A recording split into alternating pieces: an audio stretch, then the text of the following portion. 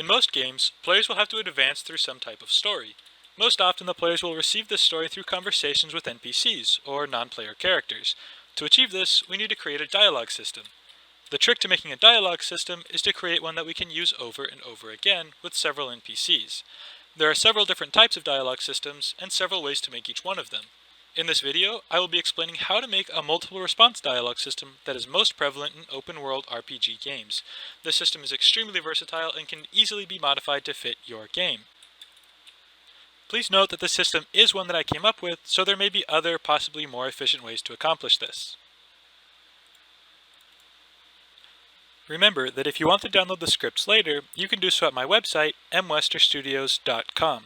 Here you can also see the progress of the team's current project, the original RPG title that this system was made for. Our project is on track for our launch date in 2021, and we will be hosting a closed beta in December with limited available slots on a first-come, first-served basis, so be sure to create an account and sign up for it. Okay, so getting right into the tutorial, here I have my practice scene in Unity, where I've got a simple room set up. There's nothing really special going on. I do have a first-person controller set up, and while this is not the standard assets first-person controller, it will work fine with any other controller you wish, including third-person. Okay, so if we go ahead and play right now just to see what we have, our scene is nice but completely empty. There's nobody to talk to, nobody to give us hints as to what to do. So we want to add an NPC. Now, there are several different ways to do this, and we can of course create a new script per NPC, and that's actually pretty easy. The problem with that is that it takes a long time and it's not at all efficient. You'd have to create a new script for every single NPC, and that's just not very wise. And so what we're going to do is we're going to make a system that we can easily create and customize each NPC and kind of reuse the same system several times throughout the game.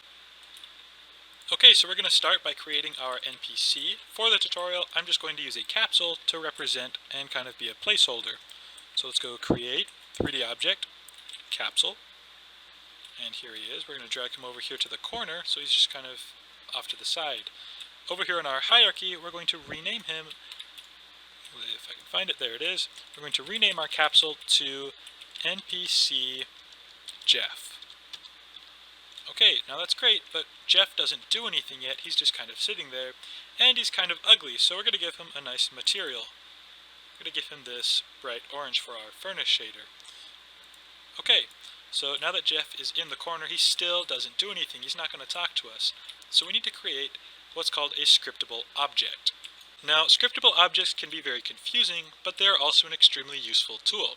I'm not going to get into it in this tutorial, but if you want to know more, the channel Brackies has an excellent video explaining how scriptable objects work, and I'll post a link in the description.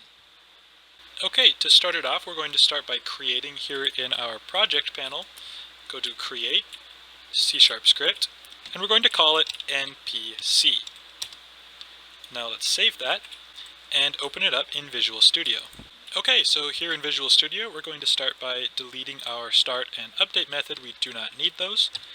And to classify our script as a scriptable object, we're going to get rid of mono behavior and instead put scriptable object.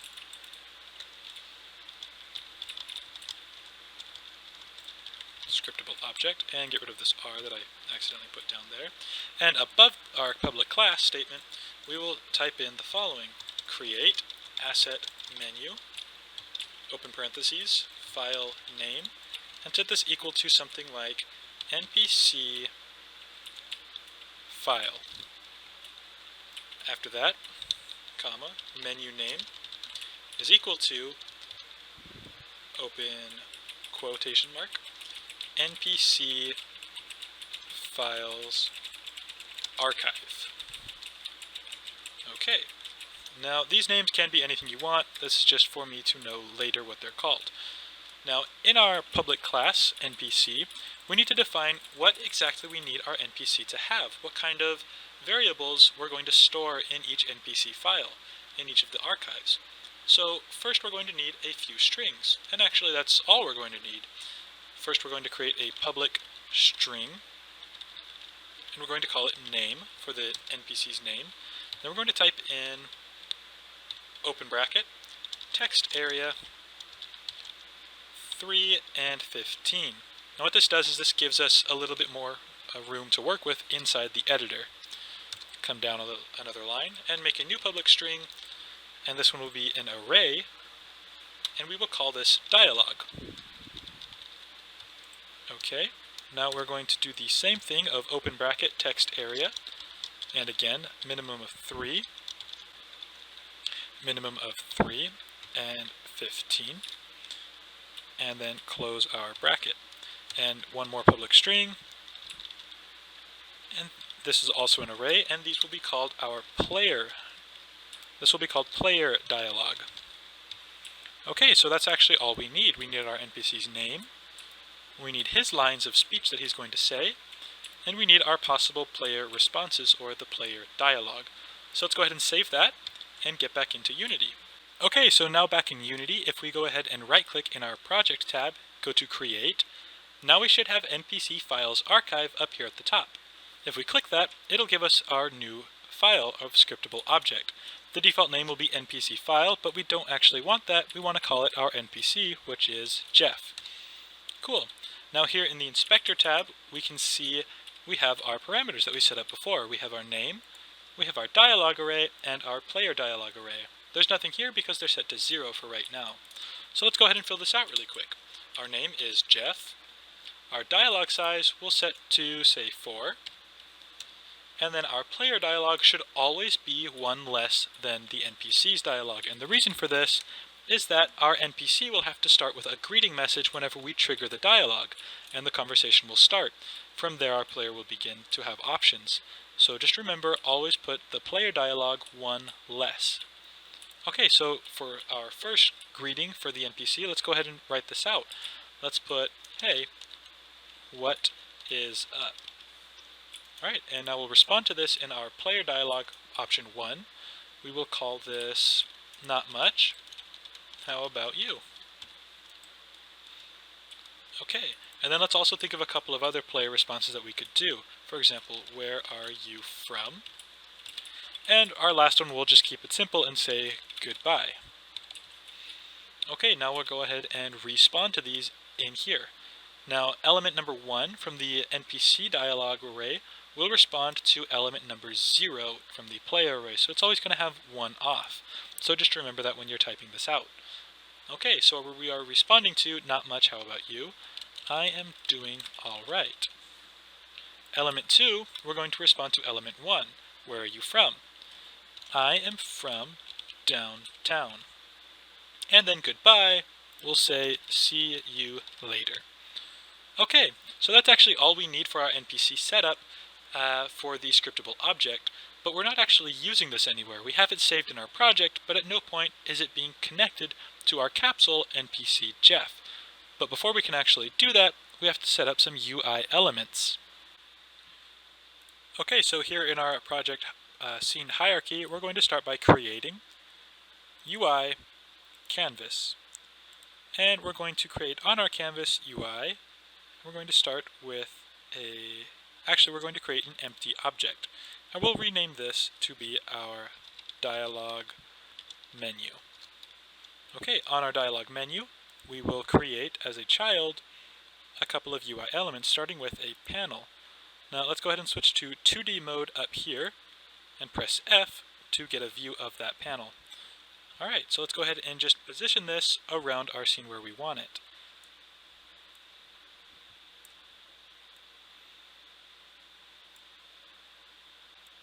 That seems about right. Now let's just change the color really quick to something a little darker. And that is fine there. And we'll up the opacity slightly. Okay, now we will again on our dialog menu create a child object in UI, and we will call it text. Now here our text, we will change this just to NPC name, and this is just our placeholder for right now. We're going to move this up here to the corner right there so that our NPC name is going to show up here. And let's up the size just a little bit as well. We'll make this size 25. That's good. And we will change the color to white.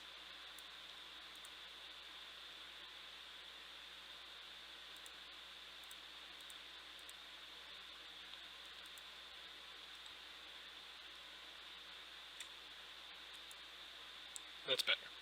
Okay, so now we will duplicate this with Control D, and we will move this down, and we will expand it, and this will be our dialog box. So this is where the dialog will go. And we want this to be a slightly smaller size. We'll make this size 20. That's fine. Okay. And in here, our hierarchy, we will rename this to keep it organized as well. We will call this NPC name text. And we will call this one NPC dialog text. Cool. Now we need one more text object. If we go to, again, under dialog menu, create UI, and actually no, we will again duplicate our NPC name text. We will bring this down below our menu, and this is where our player's options are going to show up. So we want to have this right there. And we will rename this to player dialog text. And here we will also change the size to be 20. And we will just also change the text really quick to say, this is where the player dialog will go. Okay, so now that we have that UI set up, let's go ahead and create one more script. Go to Create, C# script, and we'll call this one Dialog Manager. Save that, and let's open it up in Visual Studio. Okay, so now that we're here in Visual Studio, let's go ahead and start by removing our update function. We will not be using it, and we need to define several different variables now. Now the first variable that we will define is actually our NPC object, the script that we created earlier. So what we'll do here is we will say public NPC,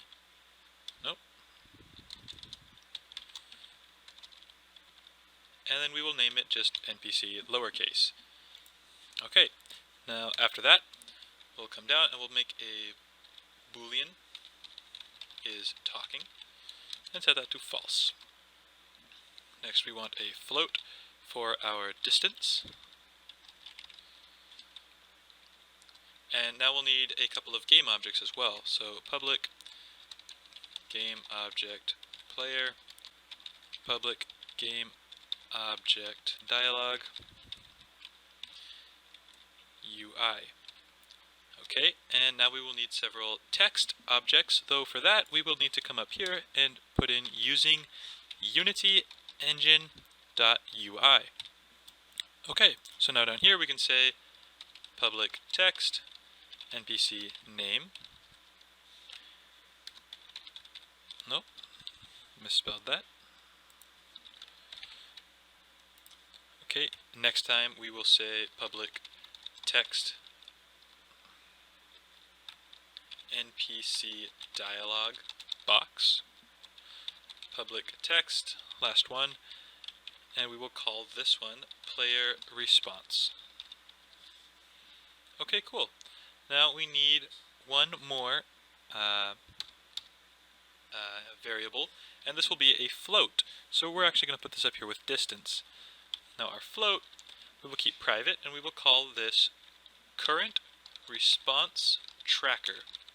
This is so we can organize which response the NPC is needed to generate based off of our player dialog. And I will explain that in just a bit.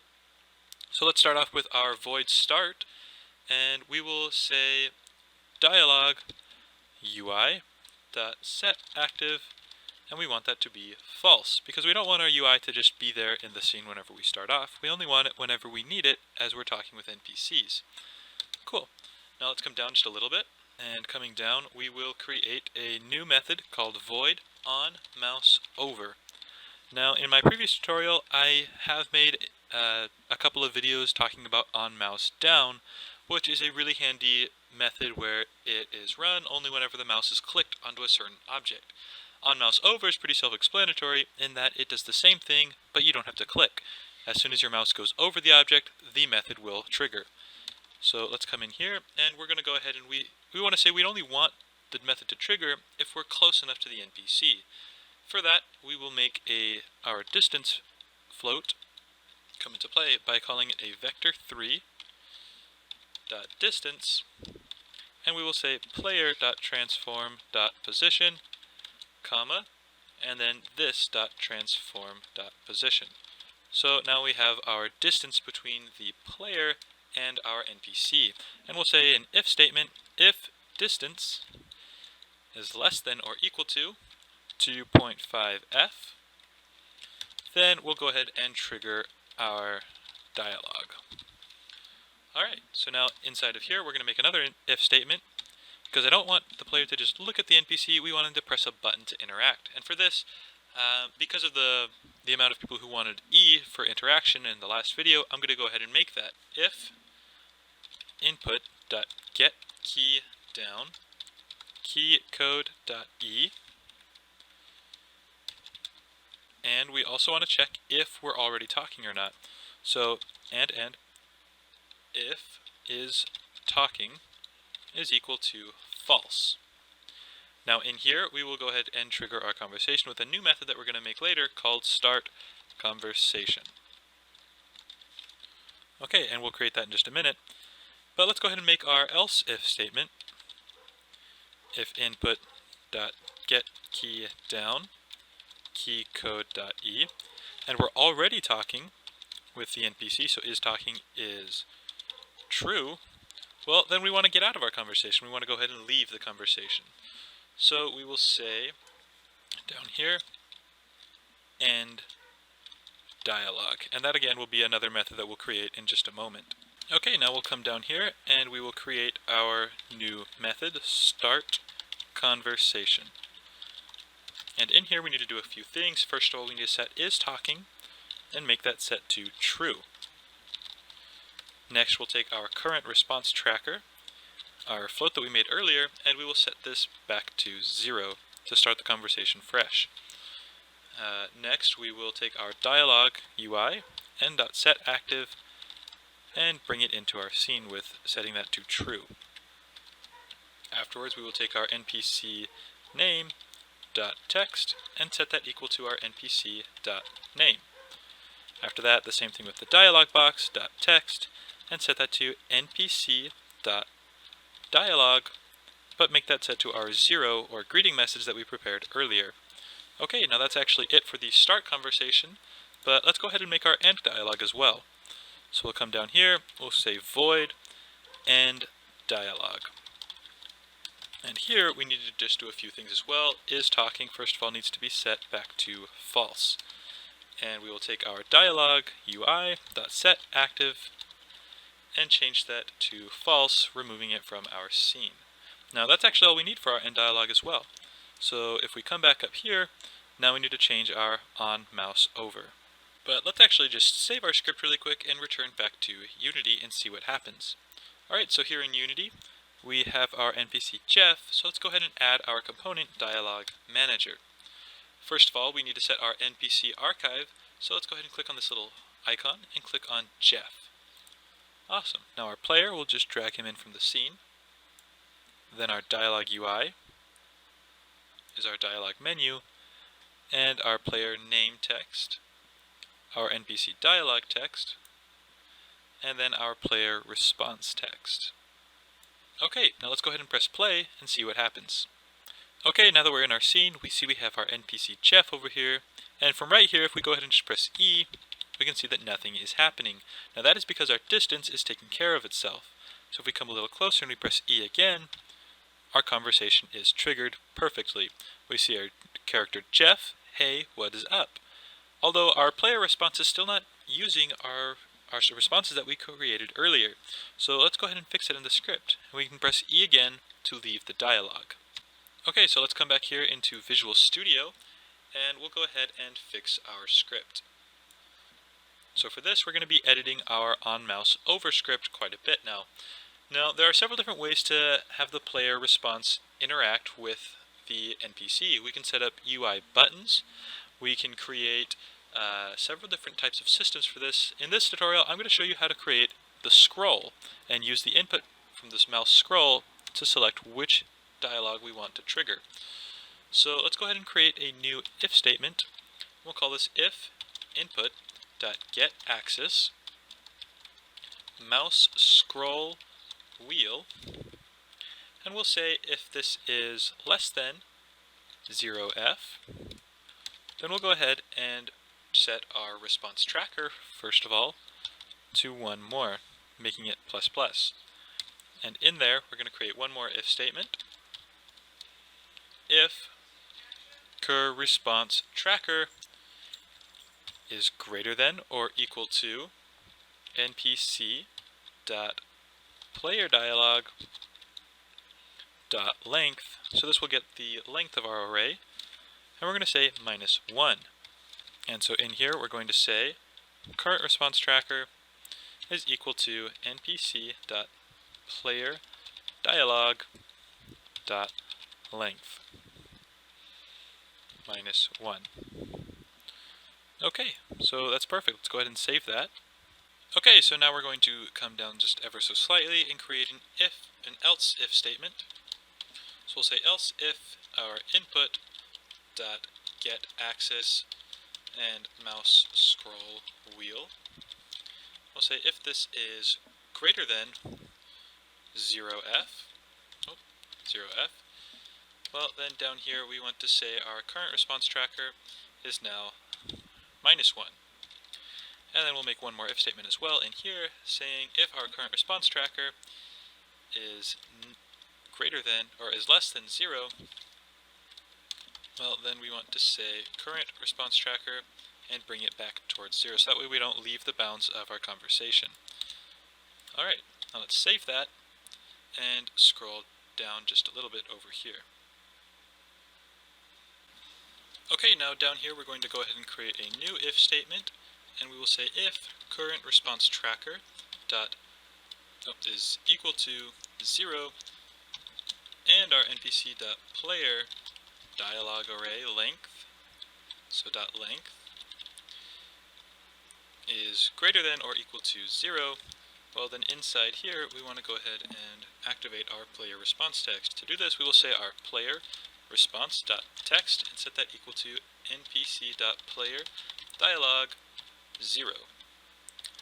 And then below that we will go ahead and say our if statement input dot get key down key code dot return. So if our player presses enter, well then we want to select it. So we will say npc dialog box dot text and set that equal to our npc dot dialog in our first position. Okay, so now we're actually going to be able to activate this already, but we want to make it work for several different player responses. So let's go ahead and make two more. So we'll say else if our current response tracker is equal to 1 and our npc dot player dialog dot length is greater than or equal to 1, well then we want to say the same thing down here, where our player response dot text is equal to, and actually this should be an equal sign up here, is equal to npc dot player dialog in our first position this time. And then one more if statement, if input dot get key down is key code dot return. Well then now we want to set our npc text to update. npc dialog box dot text is equal to npc dot dialog in our second position. Okay, so we can actually just copy and paste this now, and we can just paste it down here. Now the cool thing about this is you can have as many player responses as you want, but each one you do, you have to create a new chunk of this else if statement and then update the numbers. So our 1s become 2s and our 2 will become a 3. And that should be perfect. That should work just fine. So let's save that and let's go back into Unity. Okay, so back in Unity, let's actually create a second NPC as well. So let's go ahead and duplicate Jeff, and this one we will rename to Ronald. Now Ronald we're going to move to the other side of the scene, just so you guys can see that this does work with multiple NPCs. So Ronald, we want to go into our Project tab, and we want to go ahead and create a new NPC archive. So for this we'll go to our NPC Files archive, and we will call him Ronald. Okay, now Ronald, we'll go ahead and set his name up, and we'll create, maybe for this one, only 3 and 2, so you can see that it also works with different sizes of player responses. So our greeting message, oh hey, I didn't see you there. And now for our player responses, well, let's go ahead and talk about who Ronald is, or why are you here? Maybe he is here for a job interview. And maybe our third, we can just say, catch you later. And he'll just say, see you around. Okay, now let's go ahead and select our player character Ronald, and here we need to change Jeff to be Ronald. And so let's go ahead and play our scene now and see how it works all together. Okay, so you see we have our 2 NPCs, we have our Ronald, and then we have Jeff over here. Let's go ahead and start with Ronald. Let's go up to him, press E to start our conversation. You can see that our text is updating perfectly, so Ronald is saying, hey, I didn't see you there. Now we can scroll through our 2 options. And so we have catch you later, or why are you here? So if we select that, he's here for a job interview. Let's go ahead and say catch you later, see you around, E to leave our conversation. And let's go talk to Jeff over here. Hey, what is up? Again, we can scroll through our options, only this time we have 3. And so we'll go through it. Not much, how about you? Where are you from? He's from downtown. And then goodbye. See you later. And E to leave. So there you have it. That is how to create a multiple player response dialogue system for Unity. Now remember, all of these scripts are going to be available on my website, and there you can also track the progress of our current RPG title. So go ahead and check that out. Thanks for watching.